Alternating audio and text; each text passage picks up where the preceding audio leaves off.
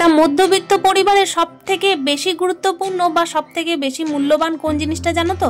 সেটা হচ্ছে একমাত্র তার পরিবার। অর্থ সম্পত্তি কিন্তু তার থেকে অনেকটাই মূল্যহীন।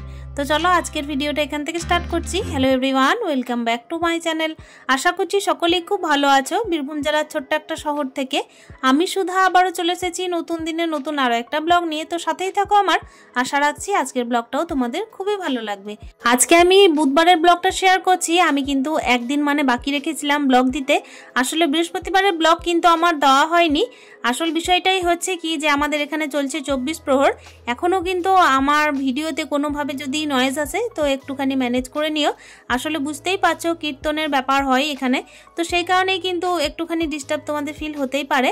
মার্জনা করে নিও জিনিসটা।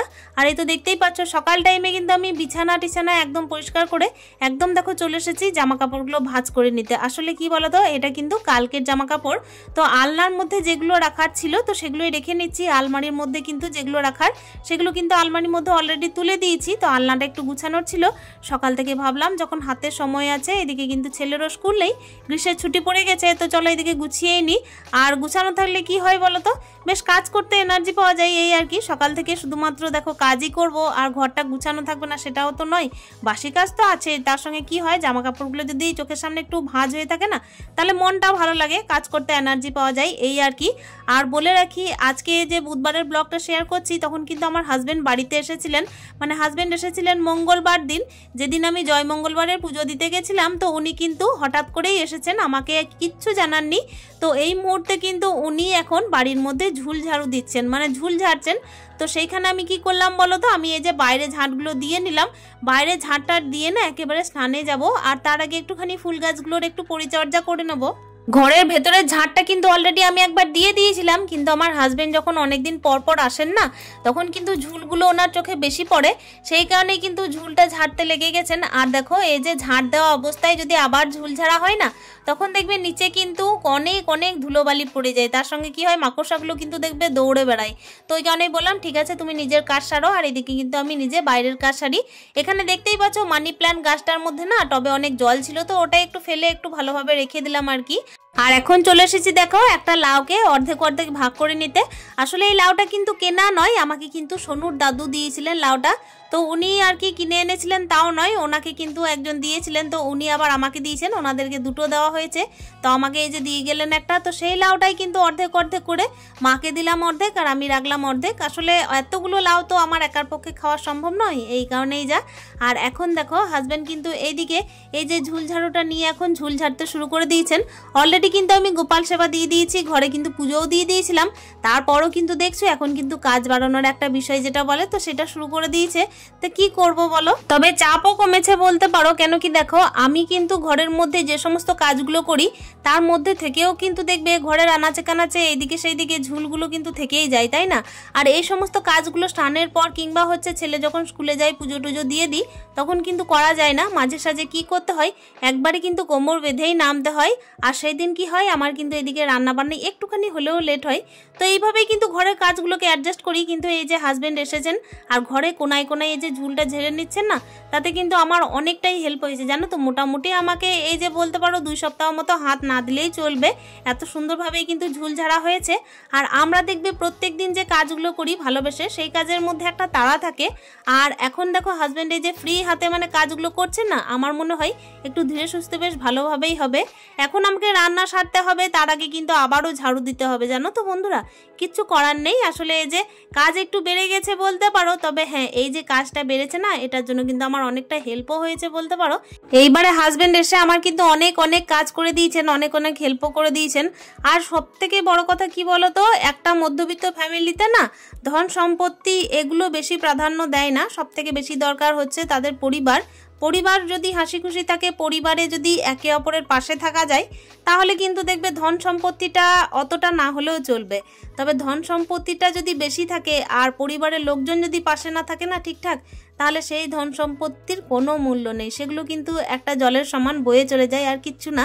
কেন কি ধন সম্পত্তি ভোগ করার জন্য কিন্তু মানুষ অমরত্ব লাভ করেনি, সেটার জন্য কিন্তু যতদিন আর কি দেহ ততদিন, যতদিন প্রাণ ততদিন। তাছাড়া কিন্তু ধন সম্পত্তি কেউ কোনোদিন সঙ্গে করেও নিয়ে যেতে পারে না, একমাত্র পরিবারের মায়া টান এগুলোই কিন্তু আমাদের দেখবে আমরা চলে যাওয়ার পরও থেকে যাই, তাই না?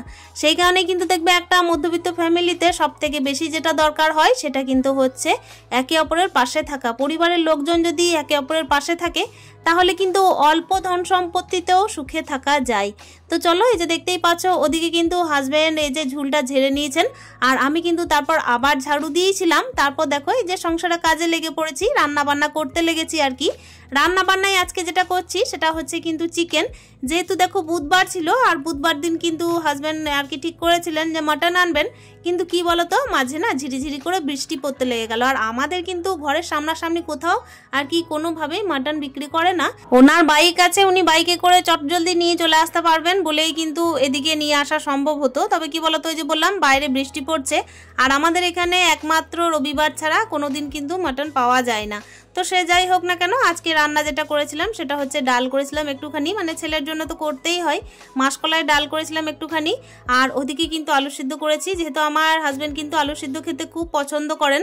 আর তার সঙ্গে করেছিলাম একটুখানি পোস্ত শাক। আর এখন দেখো এই যে চিকেনটা, আসলে খুব তাড়াহুড়োর মধ্যেই রান্না করছিলাম আর কি। আমার তো একটুখানি কাজ বেড়ে গেছিলো, গোটা ঘরটা কিন্তু আবারও ঝাড়ু দিতে হয়েছিল।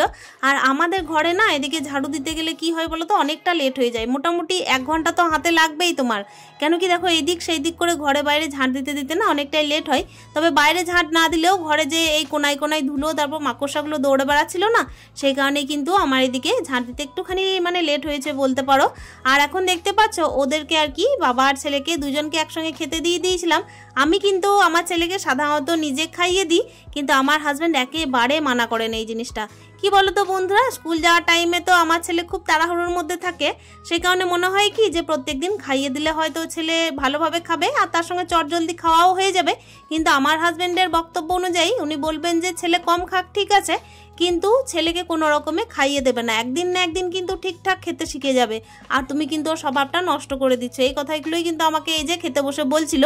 তো ছেলে কিন্তু দেখো এই যে বাবার ভয়ে কিন্তু খেয়ে নিচ্ছে।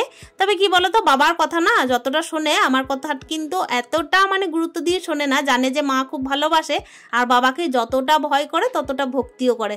অতি অবশ্যই কিন্তু এটা একটা পরিবারে থাকাটা খুব দরকার। আমরা দেখবে ছোটবেলায় না বড়দের কথা তো কোনোভাবেই অমান্য করতে পারতাম না, এমনকি বড়রা যেটা বলতো সেটাই কিন্তু অক্ষরে অক্ষরে পালন করতাম, এমনকি ভয়ও করতাম, ভক্তিও করতাম, শ্রদ্ধাও করতাম। কিন্তু আজকালকার দিনে দেখো পরিবারের কিন্তু মূল্যটা অনেকটাই কমে যাচ্ছে। কেন কি এখন যেহেতু একান্নবর্তী পরিবার থেকে দেখবে বিচ্ছিন্ন হয়ে যাচ্ছে সবকিছুই, ওই কারণেই কিন্তু আমাদের সব থেকে বেশি দরকার জানো তো আগেকার দিনের মতো পরিবারটা। কেন কি একটা বাচ্চা মানুষ করতে তার সঙ্গে কিন্তু দেখো পরিবারের এক একটা মানুষকে একে অপরের পাশে থাকার জন্য পরিবারটাই শুধু দরকার, অর্থ সম্পত্তি কোনো কিছুই কিন্তু ভ্যালু থাকে না। কেন কি শরীর যখন অসুস্থ হয়ে যায় না, তখন দেখবে তোমার পরিবারের লোকজনই কাজে লাগে, কোনোভাবেই কিন্তু অর্থ সম্পত্তি কাজে লাগে না। অর্থ সম্পত্তি অতি অবশ্যই কাজে লাগে যতটুকু ট্রিটমেন্টের জন্য দরকার, কিন্তু পরিবারের লোকজনের ওই যে মায়া টান, একটুখানি পাশে বসে একটুখানি ভালোভাবে মানসিক জোর দেওয়া, সেই জিনিসগুলো একমাত্র পরিবার থেকেই পাওয়া যায়। তো চলো, দেখতেই পাচ্ছ একেবারে কিন্তু সন্ধ্যার টাইমে ফিরে এসেছি। হাজব্যান্ড বললেন যে একটুখানি দুধ চা করে দাও। সাধারণত আমাদের বাড়িতে কিন্তু দুধ চা কেউ খায় না, আমি তো খাই না, দুধ যদি রাখা থাকে না ওইভাবেই কিন্তু থাকে, ওই হাজব্যান্ড আসেন তখনই যদি বা করে দিই। তাছাড়া কিন্তু দুধ যদি খারাপও হয়ে যায় তার সত্ত্বেও কিন্তু আমি দুধ চা খাই না, কোনোভাবে যদি ইচ্ছা করে তো দই পেতে নিই কিংবা হচ্ছে ছানা কেটে নিই। তো এইভাবেই কিন্তু চলতে থাকে, আসলে আমার অভ্যাস নেই, দুধ চা খেলে কিন্তু আমার গ্যাস হয়ে যায় এই জন্যই। তো এই যে দেখতেই পাচ্ছ হাজব্যান্ডকে কিন্তু এদিকে চা দিয়ে দিয়েছি, আর হাজব্যান্ড কিন্তু ওইদিকে বসে বসে টিভি দেখছিলেন। তো উনি কিন্তু নিউজ খুব ভালোবাসেন, আর যখনই আসবেন তখন কিন্তু নিউজ মানে চ্যানেল চলতেই থাকে। আমিও কিন্তু এইদিকে বিরক্ত হয়ে যাই জানো তো বন্ধুরা, ছেলে এইদিকে কার্টুন, হাজব্যান্ড এইদিকে নিউজ, তাহলে আমি কি দেখি, এরকম ভাবেই কিন্তু চলে। আসলে কি করব, পরিবারের লোকজনের খুশিটাই আসলে মেন। এদিকে চা খেতে খেতে কিন্তু আমাকে অর্ডার দেওয়া হয়েছিল যে তুমি চটজলদি রেডি হয়ে যাও, এদিকে কিন্তু তোমাকে পার্লার যেতে হবে। আসলে আমার তো মাঝে খুব শ্বাসকষ্ট আর ঠান্ডা লাগা এই দুই চলছিল, সেই কারণে কিন্তু প্লাগ করানো কিংবা হচ্ছে কোনো ধরনের কিচ্ছু কারণে কিন্তু পার্লার যায়নি। আসলে খুব একটা পার্লার যাওয়া আমার অভ্যাসও নেই, কিন্তু হাজব্যান্ড কিন্তু বলেন তুমি কিন্তু নিজের সব রকম শখ সাধ পূরণ করবে, এই কারণে কিন্তু দেখো এবার পার্লারে চলে এসেছি। তো চলো, এই যে দেখতেই পাচ্ছ পরিবারের একে অপরের কথা রাখতে রাখতে আজকের ভিডিও এখানেই শেষ করছি। দেখা করছি নেক্সট ভিডিওতে, টাটা।